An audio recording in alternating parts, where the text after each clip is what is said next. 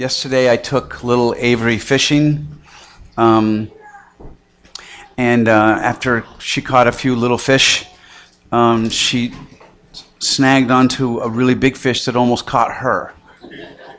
And I had to stop her from falling into the water and then grab her pole and fought this fish for about 5 minutes until we pulled in like an 18-inch catfish on her line. So she was really excited.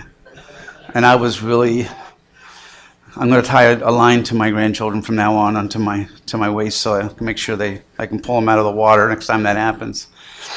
A couple of weeks ago when I wasn't here, I heard that we had the car show in the village, and I heard that the village put signs up all along the street saying you can't park here. I just want to let you know that I'm going to take care of that next year. I used to play basketball with the mayor, and I know a couple of people on the town board, and I'm sure that I'll get it taken care of, that they'll make sure that either we'll have our own signs or something, but that's not going to happen next year, so just letting you know that. Okay, so we do have a video today. I really like this video. And Joe, if you'd hit me those lights, that'd be great.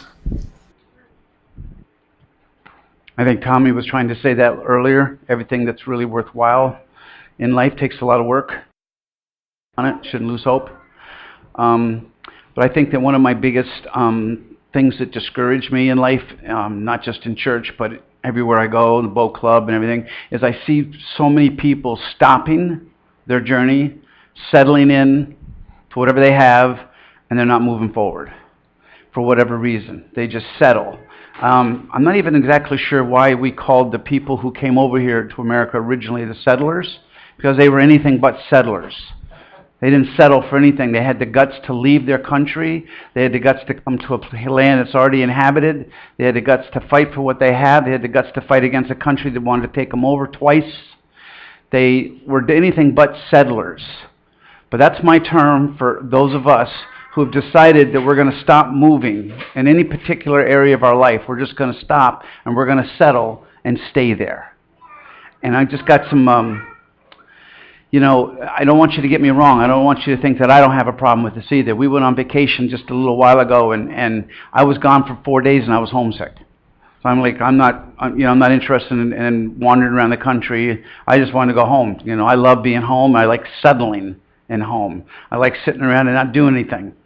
Linda gave me a list the other day of things to do, and it was very disturbing. It was 3 pages of disturbing things to do.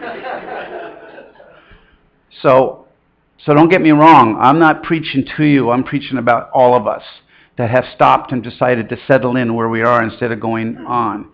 I'm not exactly sure why we're that way, but my dad used to say to me, he said, you take the hardest job, you give it to the laziest man, and you'll find the easiest way to do it. And he always gave me all the hard jobs. So I wasn't sure if I was intelligent or lazy. I never really could figure that out, but that's what happens. We stop studying, we stop learning. We stop challenging our brain, we stop challenging our body. We start sitting around watching TV and relaxing. We don't tax ourselves. We stop growing in relationships, regardless of whatever those relationships are. We stop trying to get our relationship better than it used to be. We start resisting change wherever we find it. We start resisting change where we find. One of the really fun things that I have to do, and I'm being sarcastic here, down at the boat club, is to bring about change in this organization that's been around for about 70 years. And a couple of months ago, the only way we can buy gasoline, I think I might have told you this before, but the only way we can buy gasoline is to literally write out a check or give them cash and put it in an envelope. And so I tried to bring a credit card machine into the picture. And they were like, what do we need something new like that for? I went, new?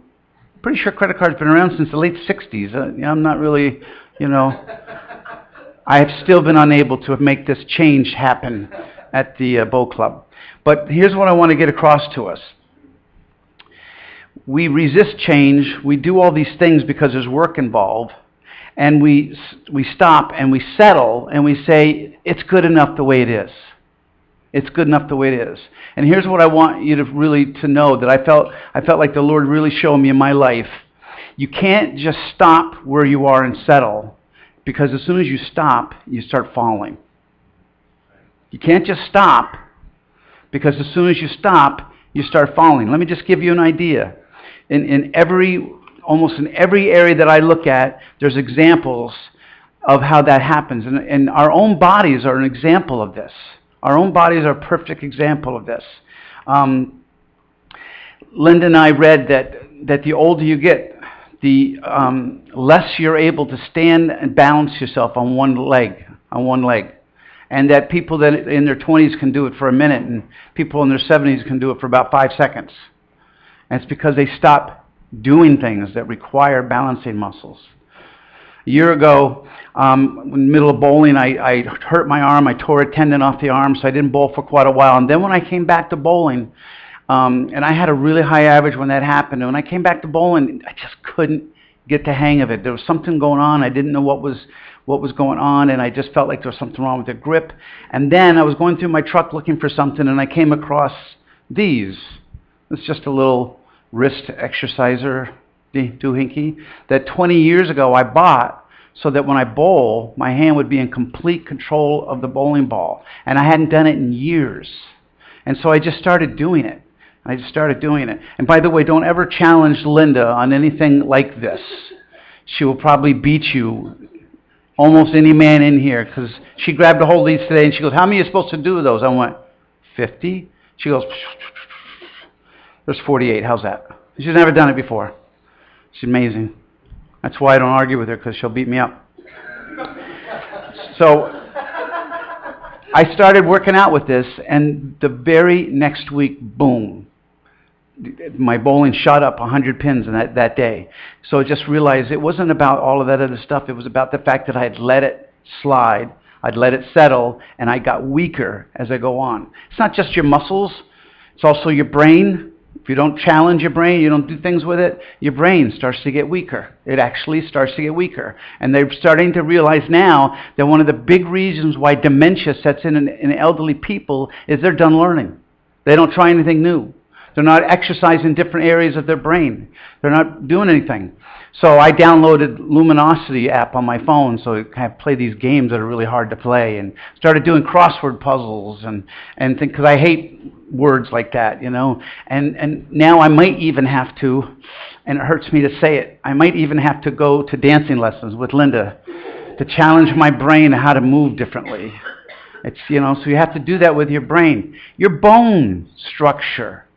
If your bones don't sense any weight, that you're actually putting burden on your bones become less dense. They say you don't need it. And then, boom, all of a sudden we get some problems with our bones, and especially gals, they'll get bone density problems. All because we are not progressing with our bodies, and the bodies deteriorate. That's just a sign. But it happens in every area in our life, our health, our relationships. Everywhere I go, especially in the bow club, but even church and places too, I see couples that have been married for 15, 20 years, and they stopped. They settled in. Our relationship is good enough. We don't need any more. It's too painful to grow any farther in our relationship. It's too painful. And they stop. And they don't just stop. They start to fall. They don't just stop, they start to fall, and they fail. What stops us from doing that? Well, let me give you a couple of a Bible metaphor, and that's what made me start on this whole thing, is the word stumbling block. I said, what is a stumbling block? You know, you read about millstones in the Bible, you read about all these different things, but I never actually knew what a stumbling block was, and I looked it up, and back in the Palestine area, there was all these large rocks that would be in the ground. And back then, everything had to be hauled. You put it on, you either carried it yourself or you put it on a donkey or a camel or something. And these rocks would be things that people would fall over, and they would stumble and fall. They wouldn't just stop. They would literally fall down and then decide whether they're going to give up or go on. And so way back from the prophets, the early prophets and Jesus and the apostles, they would write all through the scriptures about stumbling blocks. They would write about stumbling blocks. Matthew 16, if you want to look it up, Matthew 16:23. Jesus even said to Peter, he said, "Get behind me. You are a stumbling block to me." because you have man's interest in mind and not God's interest in mind.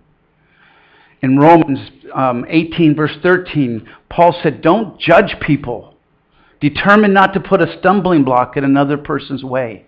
And we talked about that a couple of weeks ago. When we judge people, we cause them to stumble because we're not accepting them, we're not loving them. But instead, we're judging them. So today, I kind of wrote down 5 things in our lives that I think are the biggest stumbling blocks that we have. And I want to kind of start with, something that I started sharing about last week. And I don't know if you weren't here, but I talked about a meteor that hit the Earth, a meteorite. A meteor is an object that's going around in space, but if it comes into our orbit and comes onto Earth, now we call it a meteorite. And this gentleman that was here 4 weeks ago, when he took me hunting like over 40 years ago, he told me about this meteor on a farm a few miles away, and I didn't believe him. And so he took me for a ride. He went up and showed me this rock in the middle of the field, and the government came and they took away some chips and everything to make sure it wasn't radioactive or wasn't something weird or anything of that nature, and they basically just told the farmer, have fun with it. And that was about 100 years ago. And so what the farmer did ever since then, he just hays around it. He just uses the field around this meteor. He can't get rid of it. He's never going to forget it because it's there every day. It's not going away. It's too big, too heavy. It's not worth it. And the farmer just moves on. And I want to point out that a lot of us have had a meteorite that's come into our heart. It wasn't something we asked for. It wasn't something that we necessarily deserved. It wasn't something that we planned on or thought could ever happen. But all of a sudden, this stone came out of nowhere, and it hit us in the heart. And we will never forget it. It's always going to be there. God will always be with us, and God can comfort us, and God can help us. But we have these stumbling blocks, and there's so many people that have these things in their life that always hurts them, and they'll never forget it, and they won't move on because they're afraid that's going to happen again. Or it's just because it's there. They have these failures that we've made, or mistakes and injuries. How many people have been injured, and now they're like, I'm never going to do that again because I'm afraid of being injured. You know, Linda and I had a horrific first 2 days of our vacation on our boat, and it was just mind-boggling, scary, and horrific, and life-threatening. And when I finally got back after a few days of adjusting myself, because someone said, "Are you going to take another boat ride?" I'm like, way too early to think about that. But when I finally talked to the guy who fixes boats, I said to him, "What can I tell my wife that you said that would make her ever get on a boat again?" You know, it was a meteor in our life, and we're going to do it because we're not going to let it stand in our way. But that's the first stumbling block we have, is we have these things that have happened to us that make us want to stop and say, I'm not doing that. I'm not going down that road anymore. I'm not ever going to try this. I'm never going to try that. I'm never going to do that because of what's happened in the past. We need to move on and find God's comfort in it and move on and go that way. Long time ago, when I was trying out for the basketball team at my school, I was doing pretty good, and finally the coach said, go in the game. Go in there and get him. And I had noticed that the guard had this tendency to take the ball in from whoever's throwing it and immediately pass it to somebody else without really looking around. So I made my plan. As soon as I get in that game, I'm going to steal that ball. And then I'm going to the basket. And I did. I jumped up and I stole that ball and I ran away the basket and made this really nice shot. And coach blew the whistle. And he called me over. And I was thinking, he's going to give me a big pat on the back. That was so great what you did. That was just really wonderful. And he started out that way. He goes, that was a really nice steal. And it's a really nice basket. He says, unfortunately, you scored for the other team. I went, what? And I realized I just never thought it, and it scared me. And then all of a sudden, every time the ball came at me, I'm like, I'm getting rid of it. I don't want to score for the other team ever again. It became a hurt and a shock in my life. I was so embarrassed by it that I didn't want to ever do it again. And it took time to get over it. And that's what I'm trying to say. Linda teaches heart school. She deals with things that have happened in our heart, that we need to see it, we need to understand it, we need to forgive it, but then we need to move forward. We need to move on. Number 2, Second stumbling block in our life, it's fear. It's not the same kind of fear that I'm just talking about. It's not fear of something that happened already, but it's fear of you imagining what could happen with something you've never done before or something you've never tried before. It's fear of the future and not fear of the past. There's just been, I know this guy who's an IBMer, and he started out with IBM in Kingston, and he worked there for many years. And then they allowed him to work out of his home. All this was really, really great until IBM left Kingston, moved to Poughkeepsie, and then they told him they wanted him to come to work for 3 years from now on. He has a deathly fear of bridges going over big rivers, and he can't go to work. So it's not something that's never happened to him. He just has this fear of going over bridges, and he can't go to work for IBM. This is a little bit of a problem, don't you think? Yeah, it might be a bit of a stumbling block. This is the kind of thing, we all look at things, that have happened to us, and we start making our decisions based on fear. Well, I'm not going to do that because I don't know what's ever going to happen with that. Everything has a risk. Linda and I have been without a refrigerator for 5 weeks, and we won't have another one for another 2 weeks. It's a brand new refrigerator covered under warranty by one of the largest appliance manufacturers in the world, LG. I'll say it because I feel like I get a little revenge. And they will not replace the refrigerator. And so my feeling is the next time I buy a refrigerator, I'm going to buy a 10-year extended warranty because I'm afraid that's going to happen to me again. And then I remembered, well, I'm making my decision in fear instead of what God wants me to do. That's a stumbling block to us. Fear of the future is a stumbling block to us. Number 3, laziness. We talked about that. Let's face it. Almost everybody here has learned that good things require work. And we just don't want to do it anymore. We just don't really want to do it anymore. And I was really stunned when I read about the fact that even in the Garden of Eden, even in paradise, God said to Adam, I want you to cultivate it. I'm like, he's telling Adam to work even here. It wasn't like they sat around, sipping on margaritas on a beach, They had to work. They had to cultivate the garden. Everything requires work. And sometimes I think when we get older, are they getting harder, or am I just getting lazier? And I constantly say to myself, it's good enough. And that's when I start to settle. I'm constantly doing that. I start to say it's good enough. And that's when I see Christians losing their zeal for the things of the Lord because they've really stopped trying and cultivating their relationship with the Lord. I see them losing their purpose and their mission in life. And I see their fruits are starting to dry up. They don't have the joy and the patience anymore that they used to have because they stopped growing and they started falling. And then number 4, there's the procrastinators in us.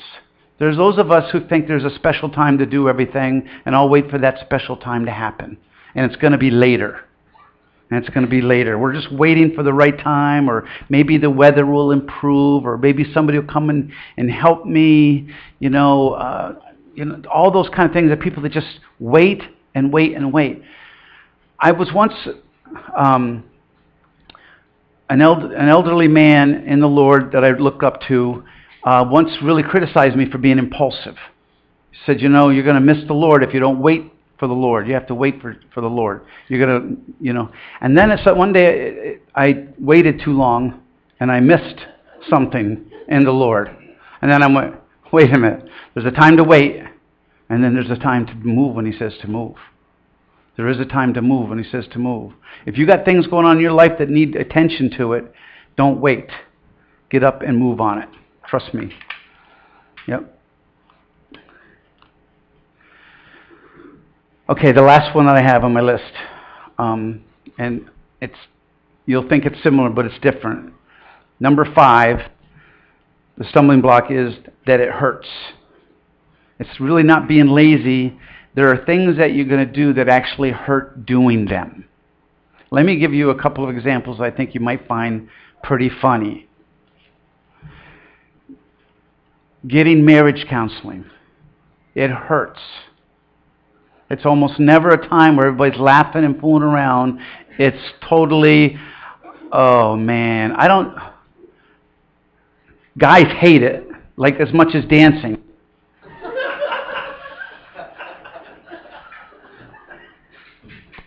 And they won't get it, because it ain't fun. It's just challenging. You find out things about yourself that you're not doing it good enough or you're not doing it right, so you won't do anything about it. So it hurts, I'm not doing it. Just sometimes even attending a marriage seminar is painful for men. Here's another thing that's really painful. It was when my wife walks up to me and she goes, I really need to talk to you right now. I could run. I could tell her I got something else I got to do right now. Or I could say, okay, let me get a cup of coffee. This is going to hurt, so I'm going to try to make it as comfortable as I possibly can. She's laughing because she knows it's true. Saying you're sorry to somebody that maybe they don't deserve being said they're sorry to can be something that hurts. It's always going to hurt. It's never going to be easy. So I'm coming home from I made some paper delivery for the guys at work the other day, and I come approaching the bridge, and there's dump trucks in front of us, and there was a car right behind the dump truck, did not have his turn signal on or anything, and so I went around him. And apparently he wanted to go around him before I did, and so I cut him off. He didn't have a turn signal on. I didn't mean to do anything wrong, but as soon as I got around him, he got so close to me that I couldn't actually see him in my rearview mirrors. You know, so we're doing about 50, 60 miles an hour, and he's there. Once in a while I catch him, and he's sticking his hand out the window, gesturing things to me. And so I'm like, okay, so as soon as I could, I pulled over, waved him over, and as he's going by, I said, I'm sorry, you know, and then he just gave me the gesture again. It's not what I wanted to do. What I wanted to do was say to him, you didn't even have a blinker on, you idiot, you know. But I did the thing that actually hurts me to do, because I know that that's what's going to cause you to grow. You know, you don't settle for what would be okay to do. Encouraging somebody that you actually don't like is never a happy experience.